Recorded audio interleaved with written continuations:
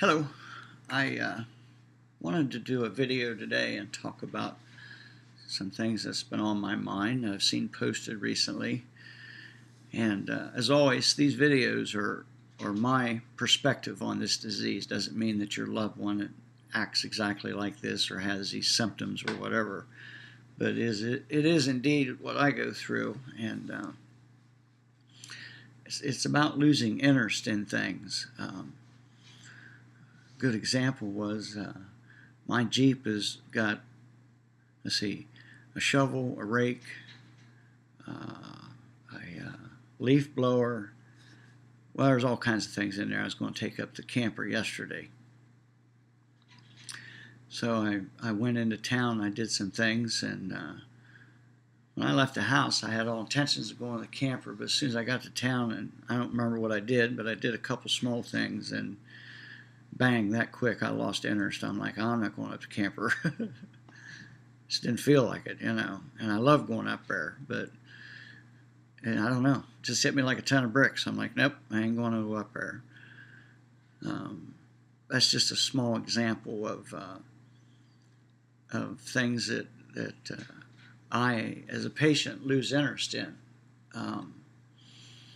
My attention span is nil. We watched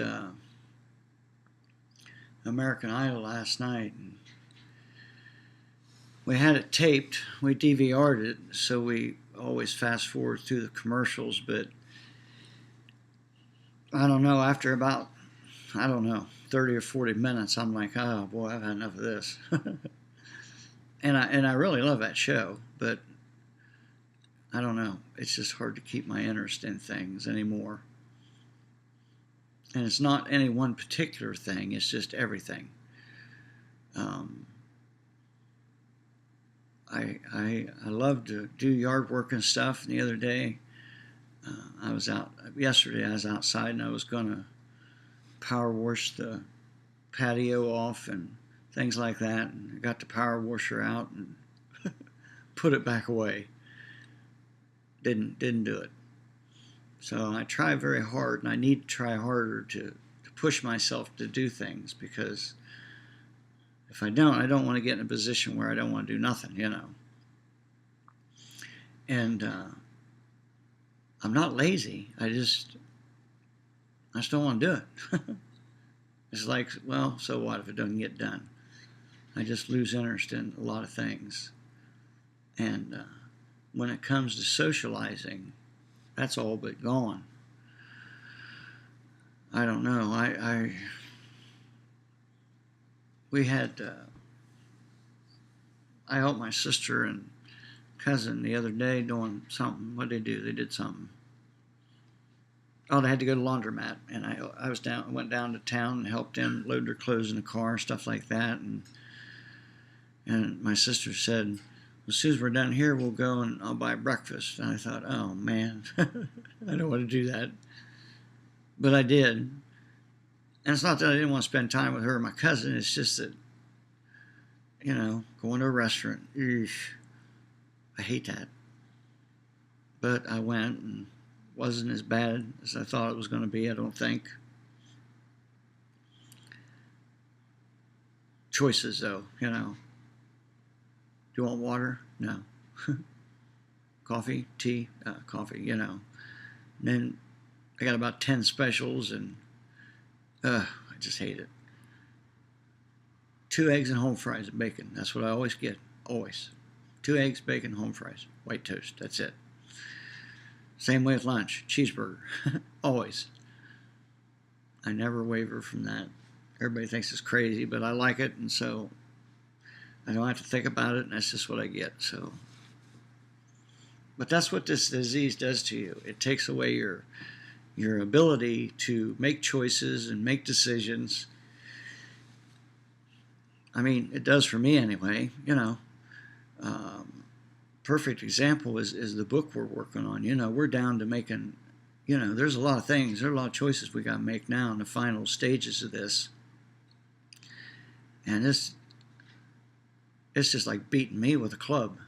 I mean, the typeset's got to be, we got to decide on that, and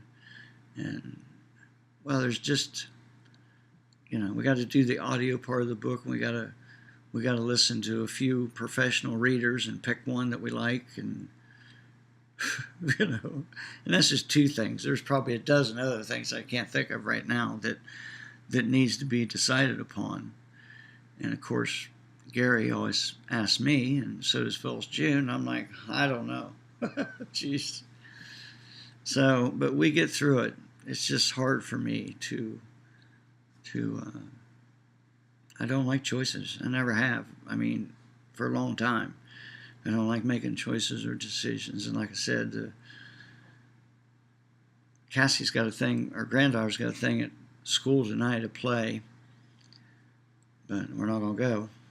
I hate that, but there ain't no way I'm going to sit in an auditorium with a room full of parents. And the play lasts a half hour, and she's only got 3 lines. She wasn't happy with that anyway, so it's not like she's got a big part in the play. So I told her this morning that we wasn't going to go, and she understood, so that took a lot off my mind.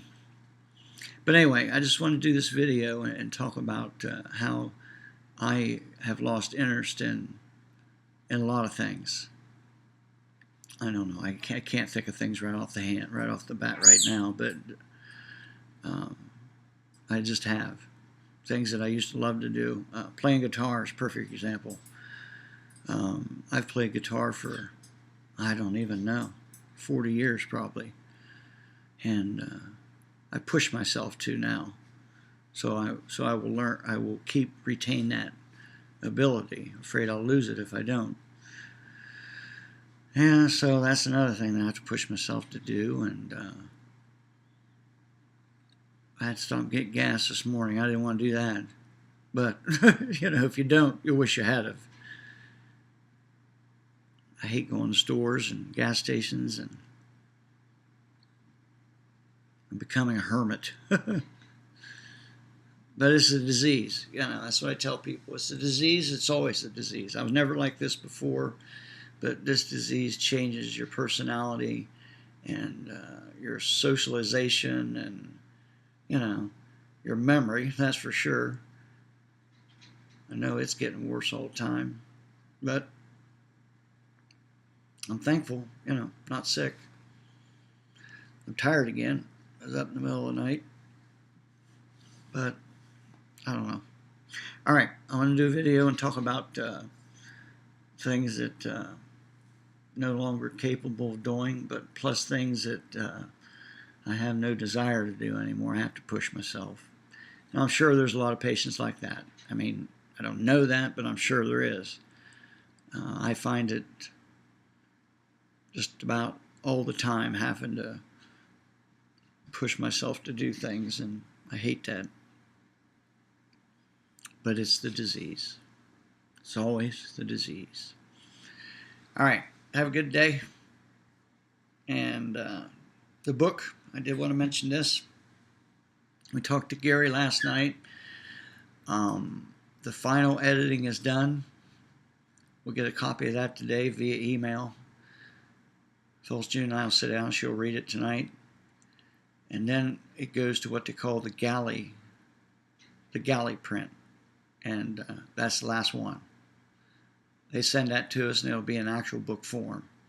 And if there's any changes we made, we've got to make it then, because that's it. You don't get any choices after that. And that'll be approved. Send it back,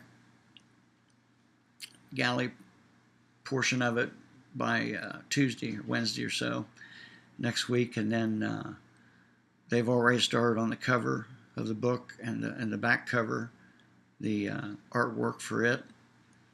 And then they send us to another department called the lady that's over that. It's called the audio section, where we have to listen to several readers and choose one to read the book for our friends that, like me, that can no longer read or retain anything they've read. So we're looking at late April, early May. I mean, that sounds like a long time, but by the time, it's just going to take a little time. But we're there. We're done with the book, that's for sure. and we're just at the editing part, and that'll be done tomorrow. And then the final gallery part, like I said, they'll send that in a book form just to make sure that the typesetting's right and the pages are in there and all that stuff. The size of it will look right and all that stuff. So I'm real excited.